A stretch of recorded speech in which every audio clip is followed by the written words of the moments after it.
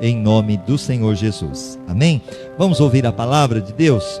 A palavra que irei falar, é claro, é continuidade das parábolas. Nós já falamos das parábolas, são 41 parábolas, e nós já falamos até de manhã 16, agora são 17, e nós temos mais umas 14 pela frente. Tem coisa boa para a gente estar aí meditando nas parábolas de Jesus.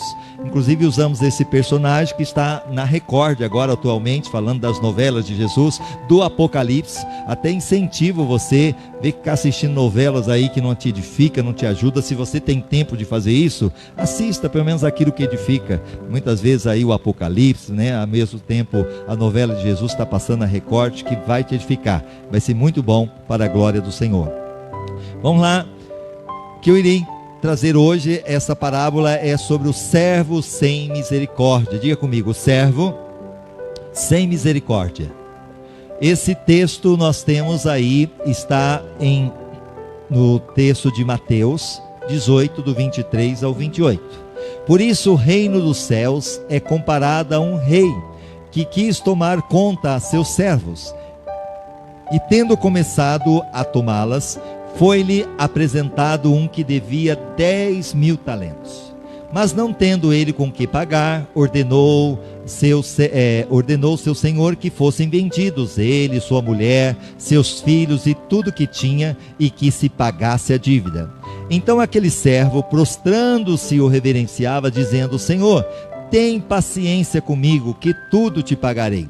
E o senhor daquele servo, pois movido de compaixão, soltou e perdoou-lhe a dívida. Saindo, porém, aquele servo encontrou um dos seus conservos que lhe devia 100 denários, e segurando, sufocava, dizendo: paga o que me deves. E ali ele está, paga o que me deve, sem misericórdia nenhuma. Mateus 18, ainda na continuação. Então o seu companheiro, caindo-lhe aos pés, rogava-lhe, dizendo: tem paciência comigo, do jeito que ele fez com o Senhor, que te pagarei. Ele, porém, não quis.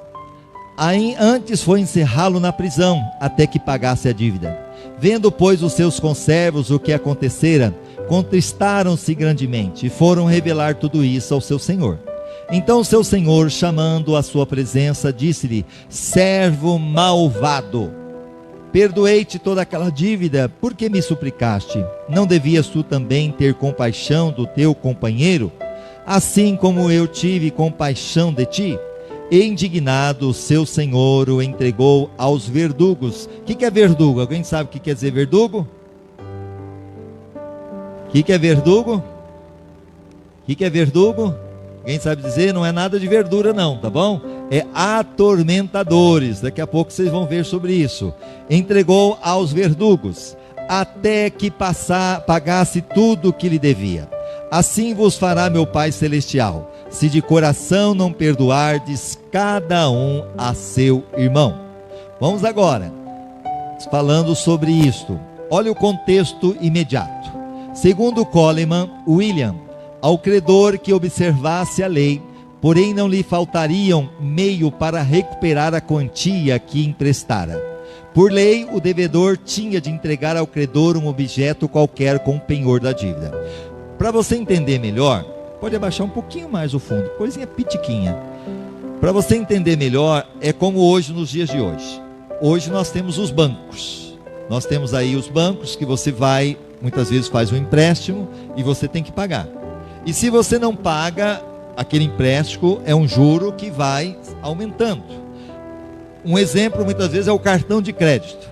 Você vai lá, compra, não consegue pagar, e tem pessoas que usam, muitas vezes, a alteração daquele cartão de crédito, até mesmo para multiplicar, ou até mesmo pagar aquela dívida com mais tempo. Só que vai virando uma bola de neve, sim ou não? É complicado. E essa questão de credor não é de hoje. Naquela época não tinha banco, hoje nós temos.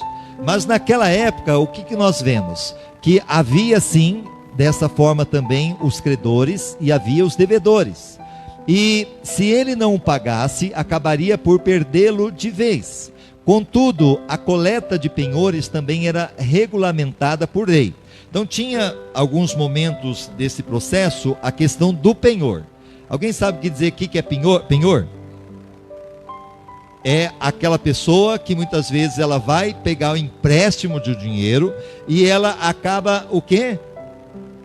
Deixando um bem, ou seja, uma joia. Aquela joia seria como se fosse o seguinte: olha, eu vou vir pagar, e quando eu vir pagar eu vou resgatar aquela joia, aquilo que eu deixei. Então era mais ou menos assim que funcionava. Agora, se ela não pagasse, ela perdia, além de ter que pagar, ela também perdia aquele bem que ela penhorou. Vamos aqui. Um credor não poderia, por exemplo, entrar na casa do devedor para apanhar o penhor, mas tinha de esperar à porta, na presença de testemunhas. Então, e está na Bíblia isso. Olha, a questão do credor já estava lá no passado. Por que eu estou falando do credor? Porque nós estamos falando do servo sem misericórdia, que ele foi perdoado pelo seu senhor e ele não quis perdoar aquele que também tinha uma dívida. Voltando, Deuteronômio 24, do 10 ao 11. Pode encostar essa porta fazendo um favor?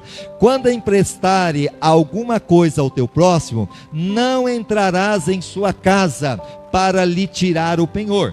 Olha o que a Bíblia está dizendo: ficarás do lado de fora, e o homem a quem fizeste o empréstimo te trará para fora o penhor. E se ele for pobre, não te deitarás com o seu penhor. Ou seja, se a pessoa tiver um penhor, e a pessoa que é o credor chegar na casa dele, ele não poderia entrar para pegar o penhor. Ele teria que esperar por lado de fora e a pessoa trazer. Agora, se aquela pessoa que pegou o empréstimo e tem o credor não poderia entrar naquela casa se ele fosse pobre e pegar aquilo que era essencial para aquela pessoa. E muitas vezes era como penhor a própria roupa. Inclusive você vai ver aqui, ó, ao pôr do sol, sem falta, lhe restituirá o penhor, para que durma na sua roupa. Então muitas pessoas não tinham, ele colocava a roupa como penhor. Agora imagina, se levar a roupa, vou ficar sem, não tem como. E Deus deixou isso em Deuteronômio, e ele diz assim: e te abençoe, e isso te será justiça diante do Senhor teu Deus. Agora eu pergunto, alguém já teve que muitas vezes precisar de um agiota aqui? Alguém já teve que precisar de um agiota? Eu sei que muitos talvez já entraram por esse caminho, e infelizmente, principalmente aqueles que vão tanto pelo banco como a agiotagem, é complicado, porque eles não têm misericórdia, eles vêm para cobrar, e muitas vezes é um juro muito mais alto, que muitas pessoas talvez não conseguem pagar, e perde-se casa, perde carro, perde bens. Infelizmente nós temos isso. Vamos lá agora. Os objetos necessários ao viver diário de uma família não poderiam ser aceitos como penhor. Deuteronômio 24, versículo 6. Se fosse nos dias de hoje, quais seriam os objetos mais necessários? Alguém chegou a dizer, olha, uma geladeira. Na verdade, o fogão não poderia entrar como penhor, que são bens necessários. E talvez outras coisas aí que vêm em nossa mente. No entanto, tempos depois, o profeta Amós iria denunciar o fato que eles estavam aceitando roupas como penhor de dívida. Deus tinha falado que não era para aceitar roupa, mas o povo foi relaxando em obedecer à lei de Deus. Chegou um momento que eles foram aceitando roupa, e aí foi apertando o momento que eles não obedeciam à palavra de Deus. Porque lembrando que essa questão de penhor e tudo, Deus tinha estabelecido na lei, na Bíblia, para que não houvesse exageros. Amós: também se deitam junto a qualquer altar sobre roupas empenhadas. Olha lá, roupa empenhada, ou seja, penhorada. E na casa do seu Deus bebem o vinho dos que têm sido multados.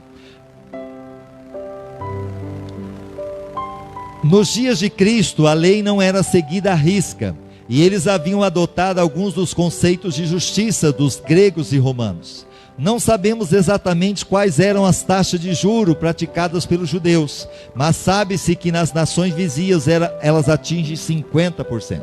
Hoje o banco está se cobrando mais ou menos, qual é a taxa de juro? 6, 7%? Mais ou menos aí de porcentagem? É uma taxa até razoável. Mas a Bíblia nos relata que naquela época os vizinhos ali de Israel não se sabe de Israel, mas chegavam a cobrar até 50% de juro. Imagina, metade daquilo que você tem. Então é um negócio, é uma bola de neve.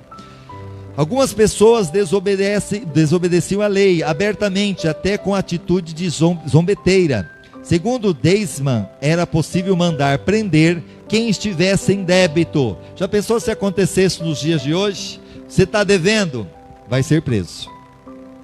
Aí alguém chegou a dizer, olha, então se a pessoa for presa, ela não vai conseguir pagar. Não é verdade? Mas é como se fosse hoje. Se alguém vai ser preso hoje nós temos uma facilidade na lei aí. Como que ele sai de lá? Se a pessoa for presa? Pagando-se fiança, não é verdade? E isso se ganha muito também, é um meio de ganhar uns dinheiros a mais aí. Pagando fiança. E aqui também não era diferente. A pessoa estava em débito, era preso. E ele afirma também que existem papiros antigos que comprovam o fato. Para os gregos e romanos, isso era uma prática legal, amplamente aceita. Era assim que se fazia naquela época. O próprio credor poderia aplicar ao devedor a pena de escravidão ou de encarceramento. Aí que era o mais complicado. Chegou um momento que a pessoa que devia e ela não conseguia pagar, credores tinham a possibilidade de não somente mandar prender, mas de vendê-la como escrava para pagar a dívida. Ou seja, ela perderia toda a sua liberdade. Imagina você se está devendo e não consegue pagar, então tá bom, então você vai ser vendido para pagar a dívida e você vai se tornar um escravo. E não tem como voltar atrás, a sua liberdade acabou. Como que você se sentiria? Seria terrível, não é verdade? Voltando, o fato de os credores terem tais poderes devia expor os devedores a sérios riscos. Ou seja, como que eu vou fazer um empréstimo sabendo se eu não conseguir pagar, eu posso correr o risco de se tornar escravo? Mas muitos, no momento tão difícil, acabavam indo por esses caminhos. Depois que uma pessoa importante lançasse mão daquele que estivesse em débito com ela, seria muito difícil, até complicado, tentar libertá-lo de suas garras. Ou seja, quem se tornava escravo, para ela mudar a situação era quase impossível. Ela ia morrer como escrava. Muito triste. Nesse contexto de rigorosas cobranças de dívidas, existe no primeiro século. O Evangelho oferecia o perdão como uma dádiva. Olha que coisa linda. Aí Jesus chega e oferece o perdão, mostrando que o perdão era um presente que vinha de Deus. E para muitos ouvindo esse Evangelho, agora entendia, escuta, eu era aquele devedor que não tinha como pagar, estava muitas vezes correndo o risco até mesmo de ser preso, até mesmo de ser escravo, mas alguém veio e riscou a cédula que era contra mim. Alguém veio e riscou aquela dívida. A mesma coisa se você tivesse uma dívida e alguém chega e fala, olha, você não precisa pagar mais essa dívida, porque alguém pagou no seu lugar. Como que você se sentiria? Muito grato, não é verdade? Agradeceria por esse acontecimento. Quando Jesus emprega o termo dívida no Sermão do Monte, está fazendo referência ao pecado, mas o sentido exato da palavra é algo que deve a outrem. Olha Mateus 6,12, e perdoa as nossas dívidas. Por isso que muitas vezes há uma dificuldade até mesmo entre os evangélicos e os católicos, quando vai orar a oração do Pai Nosso, não é verdade? Lá alguns chegam a dizer, perdoa as nossas ofensas, e nós falamos dívidas, que é claro que é a mesma coisa, está perdoando aqueles que ofenderam. Mas quando se fala dívidas, está se referindo a isso, que é o que Jesus está falando. Perdoa as nossas dívidas, porque nós éramos devedores impagáveis, não tinha como pagar a nossa dívida, mas Ele ofereceu o perdão através da sua morte, o seu sacrifício. Ele cravou na cruz a nossa dívida e colocou, você não tem mais nenhuma dívida, está pago. Você pode aplaudir ao Senhor por isso? Você foi perdoado, perdoada, através do sacrifício de Cristo. E ele fala, assim como nós também temos perdoado aos nossos devedores. Aquela gente estava muito consciente de todo o sofrimento e pressão relacionados com a dívida que não se podia saldar. Então, quando Jesus estava falando sobre esse credor, que estava agora fazendo prestar conta aos seus devedores, e de dívidas que não conseguia pagar, as pessoas estavam muito conscientes, porque eles viviam isso. Sabiam o que era ser um devedor, e o que era não conseguir pagar essa dívida, e o que acarretaria nessa situação. Vamos aqui. Elementos comparativos, segundo Champlin. Olha agora. Rei que ajustou as contas com seu servo. Lembra que é o rei que vai juntar ali as contas com os servos? O que representa esse rei? A palavra rei é frequentemente usada como indicação do principal protagonista da parábola. Usualmente simboliza Deus. Então o rei simboliza Deus. Deus é esse rei que vai fazer prestar conta. Isso vai acontecer porque no dia do juízo, os soberanos orientais, dotados de poder e de riqueza, quase sem limites, são símbolos apropriados de Deus. Sempre que os autores sagrados quiseram enfatizar a autoridade absoluta, os infinitos recursos de Deus, está se referindo ao grande julgamento final, no qual Jesus será o justo juiz que julgará todos os homens com justiça. Eu quero perguntar para você, você já compareceu diante de um juiz aqui na terra? Alguém já teve essa oportunidade de comparecer diante do juiz? E é claro que quando você tem que estar diante do juiz, você treme na base, sim ou não? Porque você está diante de uma autoridade, o juiz supremo. A ordem dele vai definir a sua liberdade ou a sua prisão. Mas você já parou para pensar que um dia eu e você estaremos diante do juiz dos juízes? Ele será esse rei, e nós estaremos prestando conta diante dele. Será muito sério. Olha o que nós encontramos em 2 Coríntios 5:10. Porque é necessário que todos nós sejamos manifestos diante do tribunal de Cristo, para que cada um receba o que fez por meio do corpo. É aquilo que você fez por meio desse corpo. Depois da morte não adianta, é por meio do corpo. Segundo o que praticou, o bem ou mal. O que você está praticando aqui, o bem ou mal, você vai sim diante do trono de Deus, diante desse juiz dos juízes, você vai comparecer, você vai ser julgado. Olha Mateus 25:46. Irão eles para o castigo eterno, mas o justo para a vida eterna. Uns irão para o castigo eterno, e outros irão para a vida eterna. Lembra daquela situação que alguém chegou para mim, e até eu coloquei isso para vocês, que aquela pessoa que estava devendo, alguém chegou e falou, não conseguiu pagar, manda prender. Mas ela nunca vai ter condições de pagar. Realmente, porque no momento que ela está em dívida, ela não se arrependeu, ela não teve uma conversão genuína, não nasceu de novo, no dia do julgamento, está em dívida, vai ser lançada na prisão, no castigo eterno. E como não vai ter condições de pagar, vai ficar eternidade no lago de fogo e enxofre. Não tem mais saída. Será desespero para todo sempre. Voltando aqui, um servo que devia 10.000 talentos. Ele chegou diante do rei pedindo misericórdia e tal. Segundo Davidson, 10.000 talentos seria uma quantia muito elevada, que corresponderia aproximadamente a 5 milhões de dólares americanos. É pouca dívida ou é muita? 5 milhões de dólares. Quanto está valendo o dólar hoje? R$5,30, moeda de hoje. Agora imaginou 5 milhões de dólares americanos. É muito dinheiro. É impagável. Era a dívida desse que tinha 10.000 talentos. Naturalmente, naturalmente a venda do servo e da sua família não seria suficiente para pagar a enorme dívida. Ainda que vendesse a família toda, não ia pagar essa dívida de 5 milhões de dólares, que seria 10.000 talentos, era impagável. Assim como os meus pecados, os teus pecados, não teria como pagar. Por isso que é a graça de Deus, a misericórdia de Deus, o sacrifício de Jesus, o preço que foi pago foi muito alto. Para você e para mim, talvez não custou nada, mas para Deus e para Jesus foi um preço muito alto, devemos valorizar. E Ele nos perdoou. Ele perdoou os nossos pecados. Olha 2 Reis capítulo 4.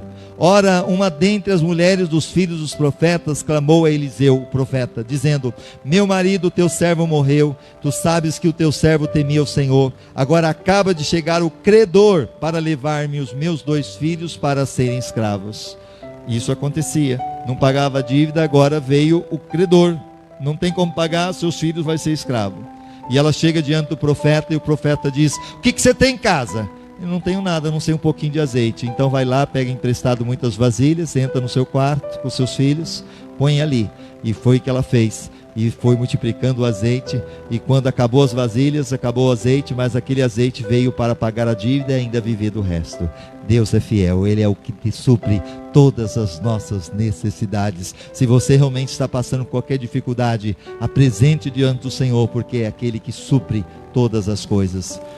E olha aqui, Neemias 5,8, disse-lhe: nós, segundo as nossas posses, temos resgatado os judeus, nossos irmãos que foram vendidos às nações. Olha lá o costume, não conseguia pagar, era vendido. Israel na época ficou um processo de pobreza, e muitos foram vendidos. Aí Neemias, quando vem para restaurar os muros, ele começa a comprar os judeus que tinham sido vendidos, porque era costume daquela época. E vós venderíeis os vossos irmãos, ou seriam vendidos a nós? Então se calaram e não acharam o que responder.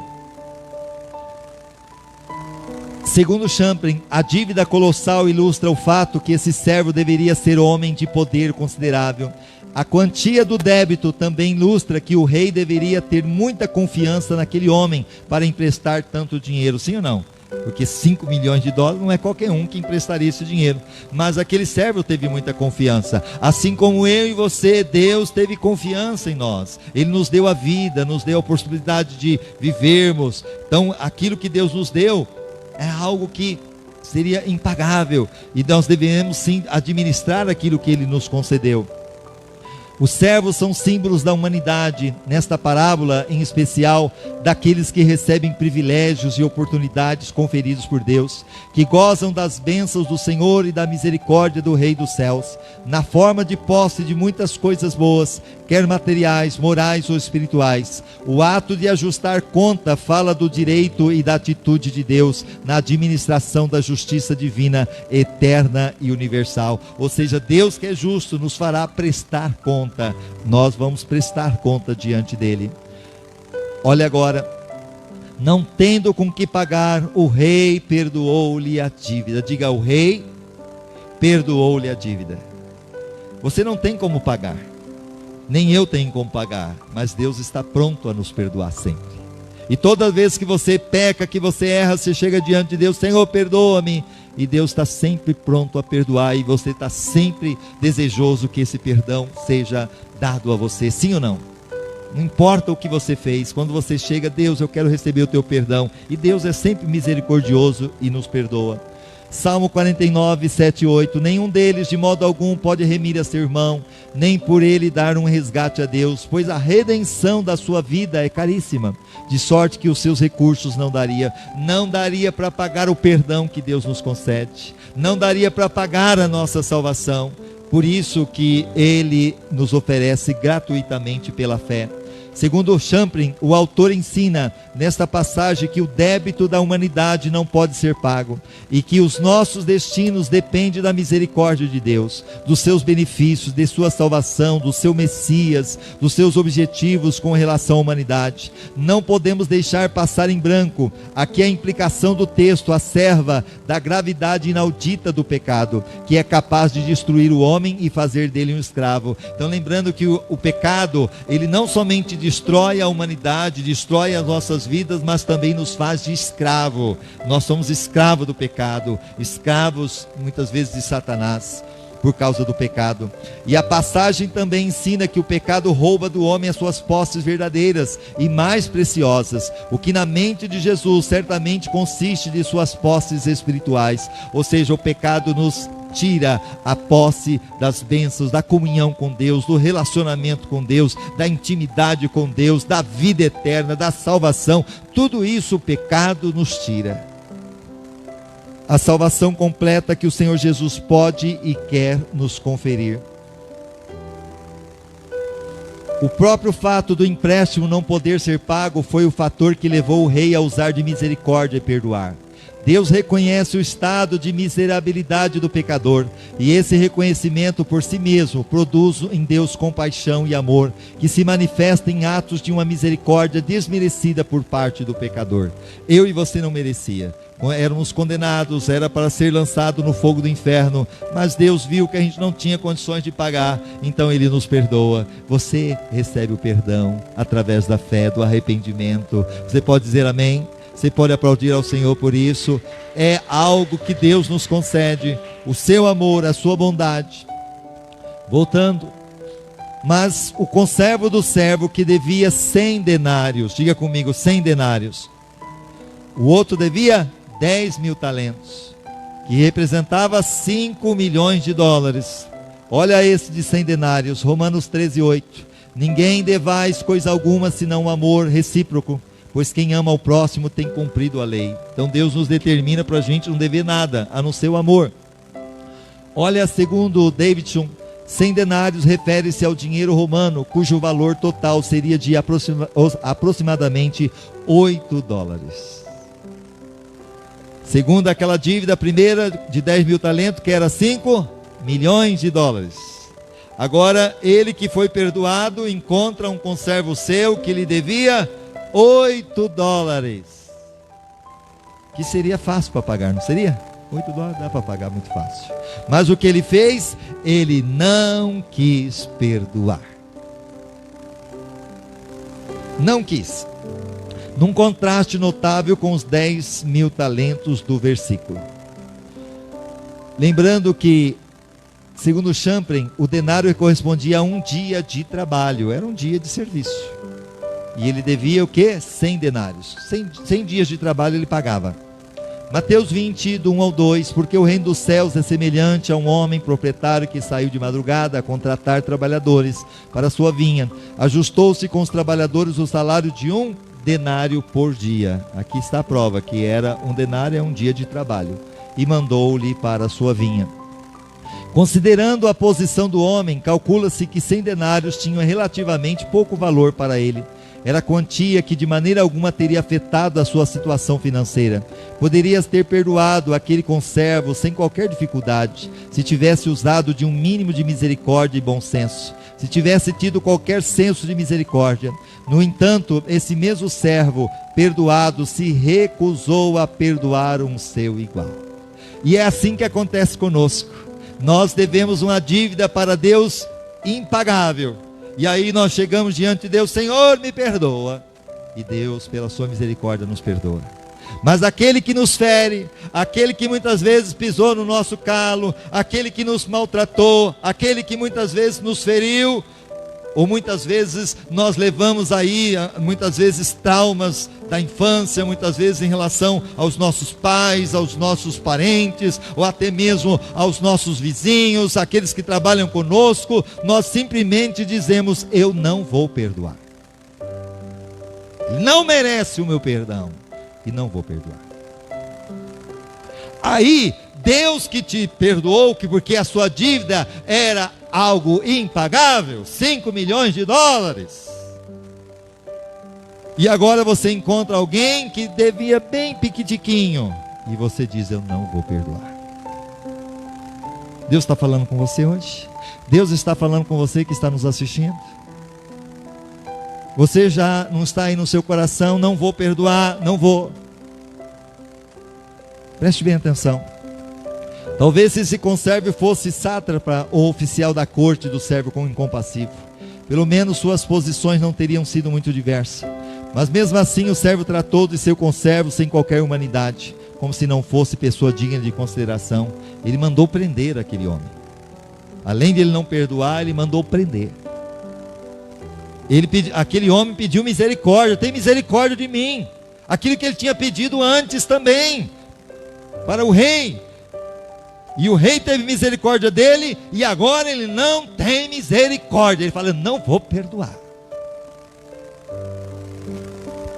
E mandou para a prisão. Não foi perdoado, antes foi encerrado na prisão, pois o servo não quis usar de compaixão. Gálatas 6:7, não vos enganei, Deus não se deixa escarnecer, pois tudo que o homem semear, isso também ceifará. Você não quer perdoar? Também não vou te perdoar. Cuidado, Deus está falando aqui hoje. Deus está falando com você que está nos assistindo. Deus conhece o seu coração.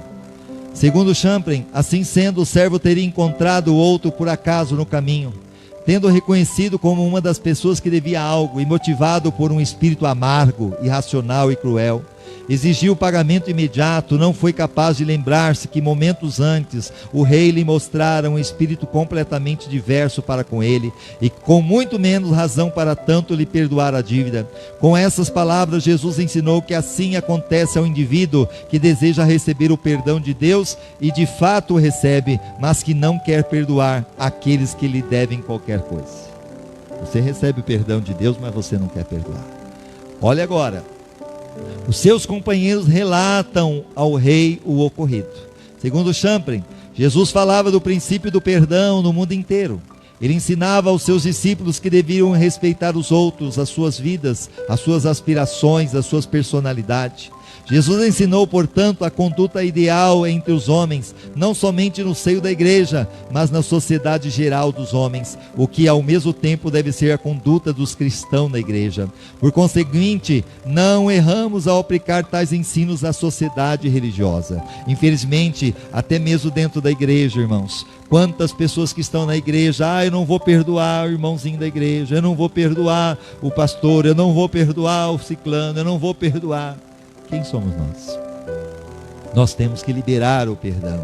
Nós temos que ser o exemplo. Olha aqui, 1 Timóteo 6,12. Peleja a boa peleja da fé, apodera-te da vida eterna, para a qual foste chamado, tendo já feito boa confissão diante de muitas testemunhas. Nós temos que ser o exemplo, porque as pessoas estão olhando para nós. Precisamos perdoar.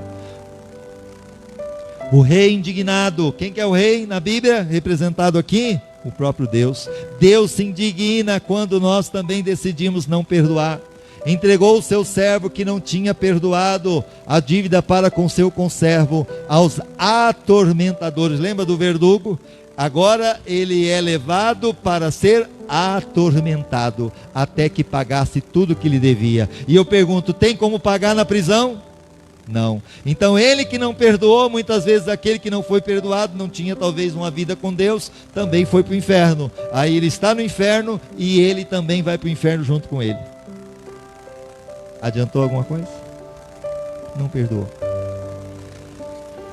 Até que pagasse tudo que ele devia. Mateus 18, 27 ao 30. O senhor daquele servo, pois movido de compaixão, soltou-o, perdoou a dívida. Saindo, porém, aquele servo encontrou um dos seus conservos que lhe devia 100 denários, e segurando-o, sufocava, dizendo: paga o que me devem. Então seu companheiro, caindo-lhe aos pés, rogava-lhe, dizendo: tem paciência comigo que te pagarei. Ele falou da mesma forma que ele falou ao rei.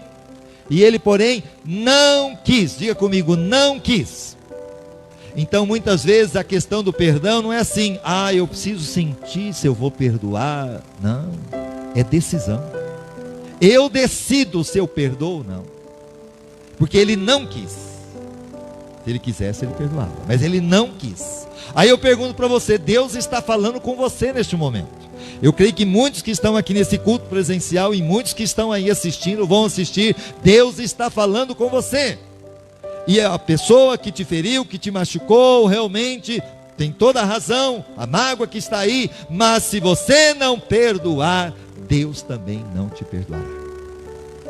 A tua dívida era impagável e Deus usou de misericórdia. Você também precisa usar de misericórdia. Você tem que perdoar.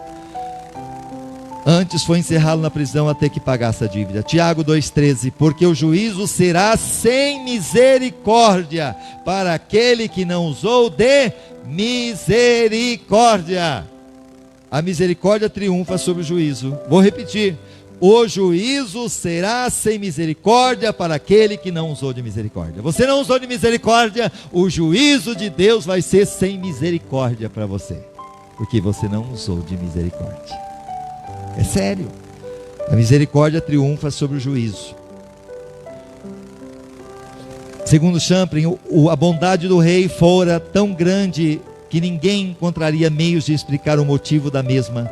Assim, Jesus enfatizou a lição que deseja ensinar, o moral de tudo isso. Lembrando que ele foi, pediu, não, foi perdoado, mas ele saiu, pegou lá o conservo, segurou e mandou na prisão. Não teve misericórdia. Todos nós nos encontramos na situação daquele homem. Todos temos recebido grande compaixão de Deus e o seu perdão através do ministério de Cristo. O homem que se recusa a perdoar, ou a mulher, a ter compaixão e a usar de simpatia para com seus semelhantes, mostram a ingratidão enorme e o mesmo caráter do credor incompassível. Perdão requer perdão. Compaixão exige compaixão. E a moral elevada traz demonstração da mesma. Perdoar é uma elevada, ser elevado na minha moral. Segundo Champlin, através desses detalhes, Jesus sugere que as ofensas que os homens cometem um contra os outros são mínimas em comparação às ofensas que todos cometem contra Deus. As ofensas recebidas dos outros são quais pequenas quantias, em contraste às ofensas que perpetramos contra Deus, que é o juiz moral do universo. Como eu disse, perdoar não é esquecer, isso é amnésia. Perdoar é lembrar sem se ferir e sem sofrer, isso é cura. Por isso é uma decisão e não um sentimento. Eu preciso decidir. Quando a pessoa não perdoa, é a mesma coisa que ela diz, ela toma veneno esperando que a outra vai morrer. E quem vai morrer é ela mesma. Fora que quando eu não perdoo, eu sou realmente atacado por muitas situações, inclusive é comprovado doenças, câncer, problema no coração e muitos infarto por causa da falta de perdão. Então perdoar é a melhor coisa que se pode fazer, porque quando eu perdoo, eu fico leve, eu sou realmente agraciado.